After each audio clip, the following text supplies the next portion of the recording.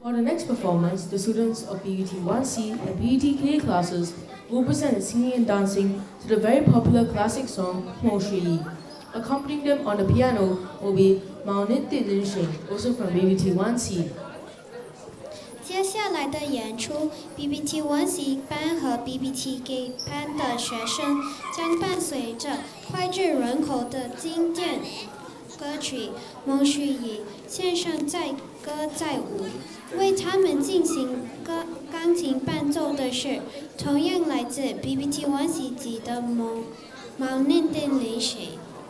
ခုတစ်ခါမှာတော့ခေတ်အဆက်ဆက်ဘယ်တော့မှမယိုးနိုင်တဲ့မုံရွှေရီတချင်းလေးနဲ့ဖျော်ဖြေမှုလေးကြီးစုခန်းစားကြရမှာဖြစ်ပါတယ်ရှင်။မုံရွှေရီတချင်းကို BBT1C အတန်းမှာမောင်နစ်တက်လင်းရှိန်က piano တီးပေးပြီး BBT1C အတန်းမှာကျောင်းသားလေးများကတီးဆိုပေးမှာဖြစ်ပါတယ်ရှင်။မုံရွှေရီတချင်းကိုကပြမှာကတော့ BBT1C နဲ့ BBTK အတန်းများမှကျောင်းသူလေးများပဲဖြစ်ပါတယ်ရှင်။ BBTK1C နဲ့ BBTK အတန်းများမှမောင်လေးညီမလေးကိုစင်မြင့်ပေါ်သို့ဖိတ်ခေါ်ပါတယ်ရှင်။မိုးရွှေတချင်းအစို့အတီးနဲ့အကလေးကိုရှူစားနားဆင်တော်မူကြပါရှင်။